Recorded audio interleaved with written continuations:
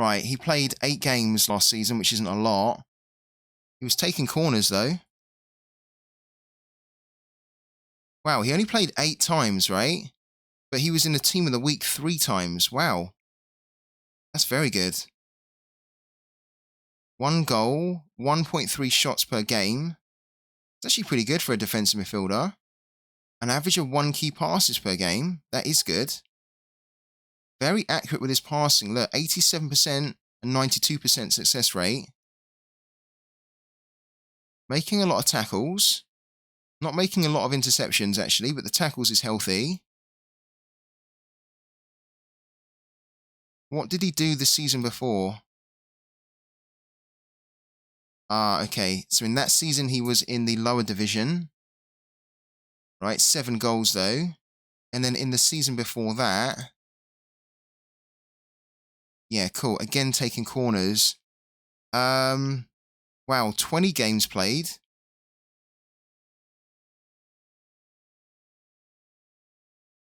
Why do every player I sell start to bang?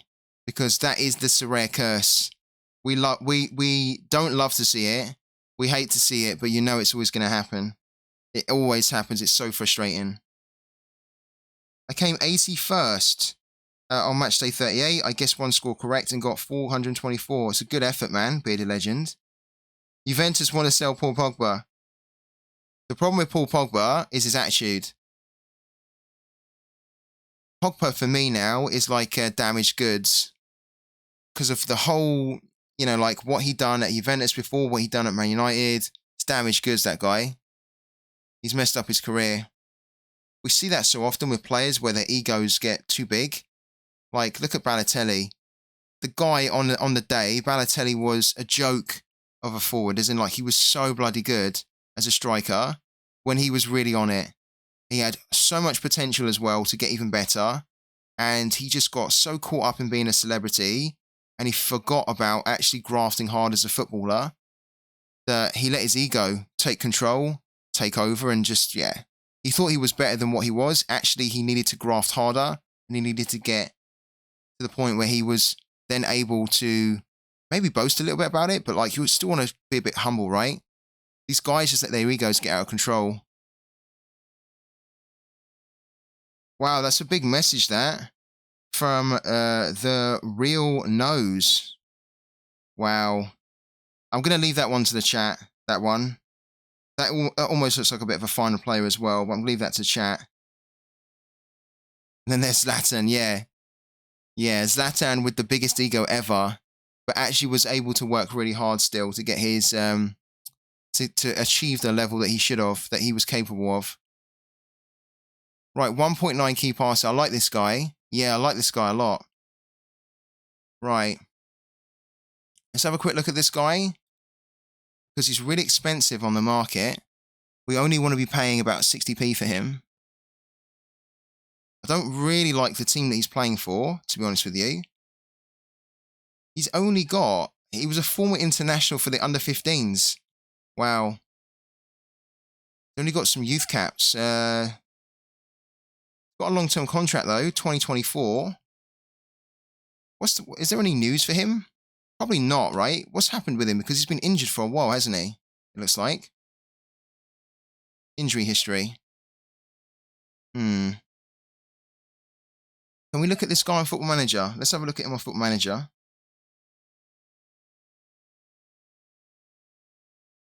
Let's type his name in. Let's find out a little bit more about him. There he is there. Yeah, look at that. He can kind of play anywhere. From being a defensive midfielder, central midfielder, attacking midfielder. Look at his corners, look. We saw him taking corners for good reason. He's got corner taking ability of 15, free kick taking ability of 15, penalty taking ability of 15. Looks like a set piece maestro, this guy. He's actually someone that we would use in our Luton to Legend if we could get him, but we'd never be able to get him. Because of the work permit issue. What's happened injury-wise? Broken lower leg. Okay. So he broke his leg then. Right. I'm with you now. So that's why he would have missed quite a bit of last season. He broke his leg. That's why Football Manager is quite useful, because you can then just like immediately go on a player and then see actual injury history. Not always fully there, but we were struggling to see why he had been missing a lot of the season, and we just literally dived into Football Manager. We've seen now that he's kind of had a broken leg.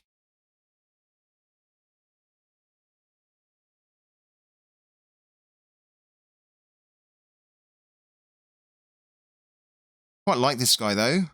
If we can get him for 60p, this will be a great pickup, I think.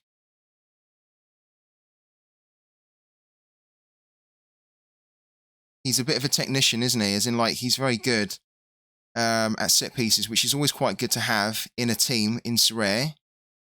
It says he tries killer balls often too as a player trait, which again we've kind of seen from looking at his stats on SofaScore that he is attempting these key passes quite a lot, and so the key passes kind of translates into killer balls often.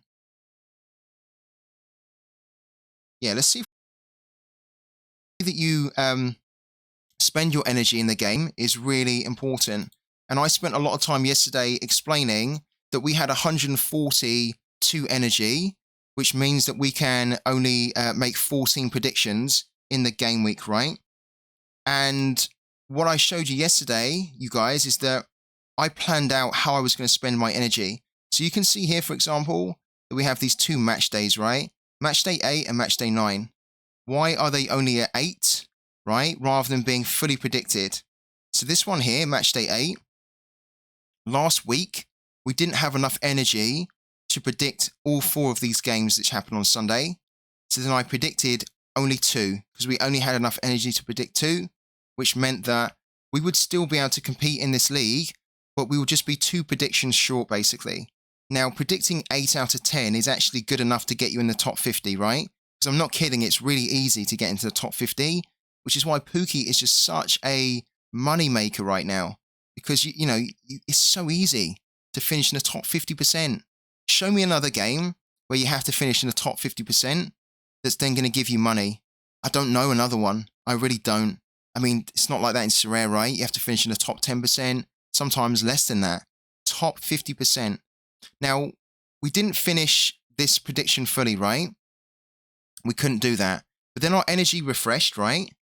And then we had enough energy to complete this as much as we could. Then that left us with basically 80 energy. So then what we decided to do was then spend our 80 energy in match day 9, which is the very next match day, of course, in the MLS League. So we were able to then fully predict these games here, which we haven't done properly. We need to do them properly. We've just put in random scores here. Then what's going to happen? You can see here, look, Sunday. So these games happen this Sunday. So we had enough energy to predict these, right? But then it means that we still have 2 games that we need to predict. These next 2 games that we haven't predicted yet, that we've not spent energy on, these happen on Tuesday. So what will happen is that on Monday, right? So after these games finish, then it's Monday, then our energy gets refilled, and then we're going to have to spend 20 of our 142 energy next week in here to complete this this prediction, complete all the games, right? So that's kind of how it works, right? You need to be always thinking about how you... Really good point from Sopsy there, is that you can level up these balls, right? In different ways. So this rare ball, you'll see here that we have a lot of percentage on over 2.5. It's currently at 36%. So it gives us a 36% boost, right, to our scoring. When we use this ball to predict on a game, and then there are over 2.5 goals scored, we're going to get a huge boost because we have so much added on here. Let me bring up a different tab so you can see it side by side, right? I'm going to go into my other Pokeball here. Right, this one. This is a level 22 common Pokeball. This one, right, is a level 35 rare ball. These other common Pokeballs we've not leveled up at all. They're level 0, right? We've not even leveled them up. We've just basically bought them so that we get extra energy. And we can start to level them up in the future. But for now, we're only focusing on the 2 balls that we've been using mainly since we've been playing Pookie, right? Let's bring up this one here. Now, what you can see, right, is that we also were leveling up the over 2.5 here on this Pokeball because we were using this Pokeball in the MLS League, and the MLS League is where there are lots of goals scored, so you need to be boosting the over 2.5, right? Makes total sense. More goals scored in a league that you're predicting in, boost the over 2.5, because then even if you don't get the correct score, you're still going to get like a boost and good scoring because you predicted that there would be lots of goals scored. Now, what you can see is that we have 10% on home, 10% on draw, 7% on away, under 2.5 is 11, correct score is 10%, right? On my rare ball, it's completely different. And when you level up your ball, you get points to spend, basically, where you can then decide what attribute you want to boost more. And so we've been spending and focusing our points on leveling up the home outcome, the over 2.5, and then the correct score on this Pokeball. But then if I take it back to a different ball here, let's use this ball, for example, right? This ball is no, let's not use this one. Let's use this one, right? What you'll see with this ball, right, is that this ball has the Argentinian League associated to it. So what that means is that we can use this Pokeball wherever we want. We can use it to predict games in the MLS, the Brazilian League, the Euro 2024, wherever we want, right? But if we use this ball in the Argentinian League, we're going to get an extra 10% to our scoring, an extra 10% boost. And if we use this ball to predict for the Hurricane games, so this is an Argentinian League in the an Argentinian team in the Argentinian League, it then means that we get an additional 20% just from predicting on the Hurricane games as well. Now, Argentinian League is renowned for very few goals, lots of draws, lots of under 2.5. So what I would do with this ball actually is that I would be boosting the under 2.5 here rather than the over 2.5. Because then when I use it in the Argentinian League, I get this boost anyway, and I'm most likely going to be getting results that will have very few goals in them. So it makes sense to boost the under 2.5. Whereas for the MLS, right, you don't want to be boosting a ball, right, that is under 2.5 to then use it in the MLS. You want to be boosting over 2.5. You want to be boosting the home because most of the time, home and away is so vastly different in the MLS that most of the time when a home team is playing, they're going to win. Whereas kind of in the Argentinian League, you wouldn't actually need to... Where's our ball? This one here. In the Argentinian League, if I wanted to play this one a lot in the Argentinian League, I probably wouldn't be boosting home, actually. You know what I'd be boosting for this ball? I'd be boosting the draw. I'd be boosting the draw, and I'd be boosting under 2.5, because those are the outcomes which happen a lot in the Argentinian League. And then it means that I've then got a draw under 2.5 ball, and then I've got a ball that's just like really focused on home and over 2.5. So it's really cool. There's so much like customization you can do on your balls, and you can kind of like tailor them and upgrade them exactly to how you are good at like predicting. And also like the really good thing I want to say actually, before we then start looking into the games, right? What I love about Pookie is that it fixes a big, almost like gap in the market, where if you want to predict on a football game today, right, forget that Pookie exists for now, just for like a second, right? If you want to predict on a football game and you want to have a chance of earning money, what's the way that you can do it?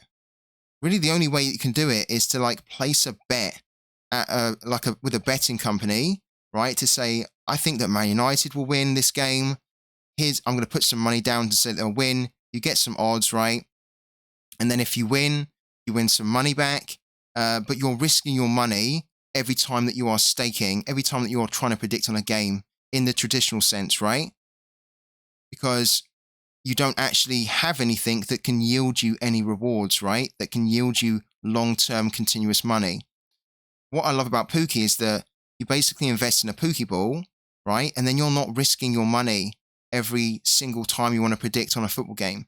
You're just investing in a Pokeball, which is a digital collectible, not a card, but a digital collectible. And then it's an asset that you own that you can then yield right, rewards from continuously. So that then every time you predict, you are not risking your money every time you want to predict on a football game. You've already invested in a ball, that's it.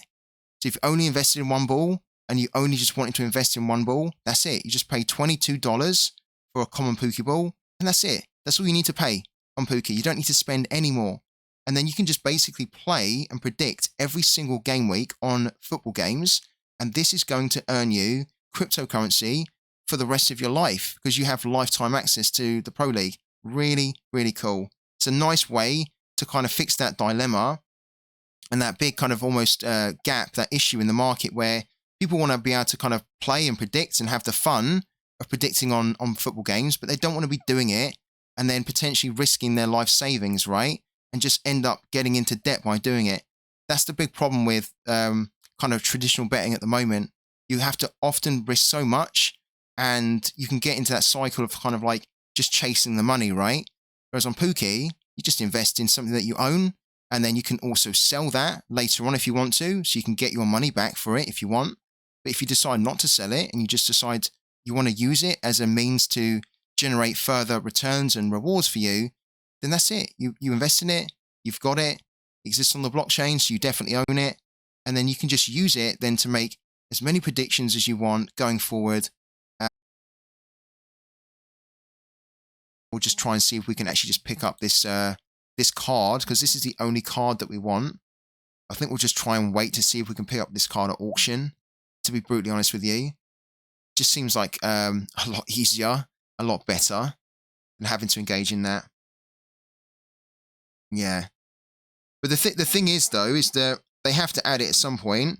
And what they can do as well, Brandes, is that it's not about saying we're not going to add a chat here or a message because we don't want to have arguments, right? You just you give the functionality, but then you give power to the managers to choose whether they want to use that functionality. And then if that functionality is then getting abused, you can then actually just give users the ability to report or block those managers from being able to send you a message again in the future. So if I'm engaging with a manager in a chat, right, on an offer in the game, and I send him a message and then he sends me a message back, basically being like really abusive, I then have the ability to say, I never want to hear from that guy again. So I can just click an option to say, I never want to see a message from him again. And I can report him for abusive like messages, right? There's so many ways that they can do it. They can build it to make it a lot more like realistic and also interactive and just make it easier. And they're smart guys at Sorare, right? So they should have honestly, I'm not kidding, they should have honestly had this in the game by now, where you can actually message, right? They've been so slow at doing it, but they're going to get there. They're going to add it in, no question about it. It has to be in the game, because you can't be relying on managers having to go to an external platform like Discord to engage in a chat. Just have in-game chat. Have it in a basic form. Even if you can't offer like a fully fledged chat function, just have like a maximum of say 50 characters or whatever, and then give users, it's always about just giving users choice and giving users the power. Give users to say in their settings, I either want to receive messages or I don't want to receive messages. And if I do receive messages, give them the ability to say, that was a really horrible message that I got received there. I want to be able to report that guy. And I want to be able to say I no longer want to receive messages from them ever again. Right, let's go back here.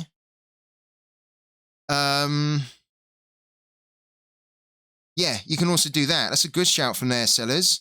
Yeah, so Sellers has basically said as well, which is another good point. So there's so many different ways that like Sorare could add this into the game, right? So there's almost like no excuse or no reason to say that they shouldn't do it, because Sellers has kind of just mentioned there a really good point that rather than giving, so we just go back here, right?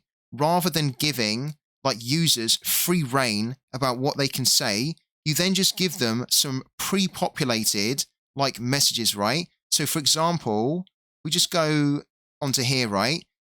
I've sent him an offer that he doesn't like. He's rejected it, right? So then what he could have when he wants to reject the offer is he could have some options here that say not enough cards, or the overall value of the offer is too low, or I don't want to receive a player kind of from like that region. there's so many different pre-populated messages that could be added on to a response there that then means that you don't get abuse from managers, right? Because it's pre-populated. You just basically select the one that is suitable to you. And then it just at least means you get more information, don't you? When you're kind of engaging in these offers. It's a really good point from sellers there. It needs to be better than just kind of like rejecting but not knowing why. And it will be better, guys. That's the thing. But just at the moment, I'm the type of manager where I already have so much to do on these streams and off the streams, right? I don't have the time to then be kind of like engaging in like sending a request on Discord and speaking to them. I have time there and then when I'm on Sorare to just send a quick message, but not to then go externally. And it kind of like, doing the trading technically should be really fun to do, where you kind of like spend a lot of time looking into that, which was what we've done, right? We looked into this guy's gallery, we worked out what cards he had that we liked, and we were kind of like put this together for 10 minutes, and it kind of feels like it's just a whole waste of time that we've done. And it's not his fault, right? We have no issue with Armando. He's totally fine to reject our offer here. But the game should make it easier for you to understand like why your offers are being rejected and why they're not quite hitting the mark.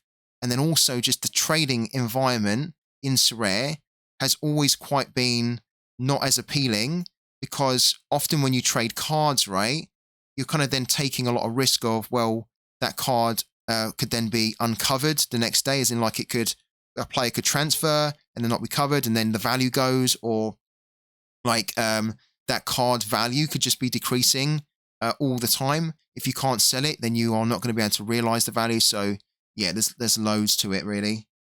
Loads. You don't want to be, honestly, you don't want to be falling asleep on this game, because as this game becomes more popular and bigger, the cost of picking up a Pokeball is going to go up. And so if you don't buy a Pokeball like early on, at the moment, like the commons are 35 Matic, right, which is $22. There's no guarantee that is going to be $22 in a month or 6 months' time, right? It could be a lot higher than that. The rares could be more expensive. The more that they sell, the higher the prize pool gets. But then also, if the prize pool gets higher, then at some point, these have to get a bit more expensive too, which is why it's a great opportunity right now to pick them up when they're cheap, before the prices rise as the demand for the game rises, right? Because, it's all about supply and demand, isn't it? So 267 available. So we're going to give away 2 cards here. Dusan and Hakeem Gwinoch, right? These 2 cards we're giving away here. We'll give them away in the reverse order. So we'll finish up with Noah Dusan, right? We're not going to go through the subs list. We're just going to simply draw these cards and find out who wins, guys. So, thank you so much for the incredible support, as always, guys, which allows for us to do this here.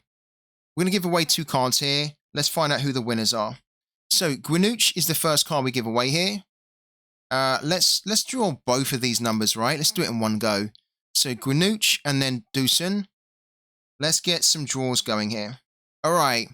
Good luck, guys, and away we go. So, we have number 122, which is the first number, 122. And we're also going to draw the second number here. So 122 is the first number. The second number is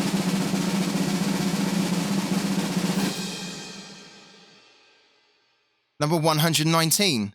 So 122 and 119 are the 2 winners here today. Let's go into the subs list and let's go and find out who's won those cards, right? So 122 is Colin THFC. So Colin THFC, you just win yourself a Hakeem Gwinoch. So a Hakeem Gwinoch limited card is yours, man. Congratulations to you. And then 119 is Randy. So Randy _ AS8. Congratulations to you. You just won yourself a Noah Dusan limited card. So congratulations to those 2 winners. There was not much difference in it, was there, really? random numbers, but they finished close by. Well done to the 2 winners there, guys. And do not worry if you didn't win a card, because we will do more giveaways on probably the next stream. Plus also, if you want to take part in these giveaways, then make sure you subscribe to the channel, because when we hit 500 subs, we're going to be giving away 25 cards here. We're going to be giving away super rare cards. Yes, super rare cards, the blue cards you get in the game. We're going to be giving away rare cards. We're also going to be giving away limited cards too. So thank you so much for the incredible support. And you'll also see me in Sellers' raid as well, Sellers' channel for a little bit, because I think it's quite funny to watch him getting battered and getting killed by hobgoblins and whatnot. So let's go and do it now, guys. And thank you again for the incredible support.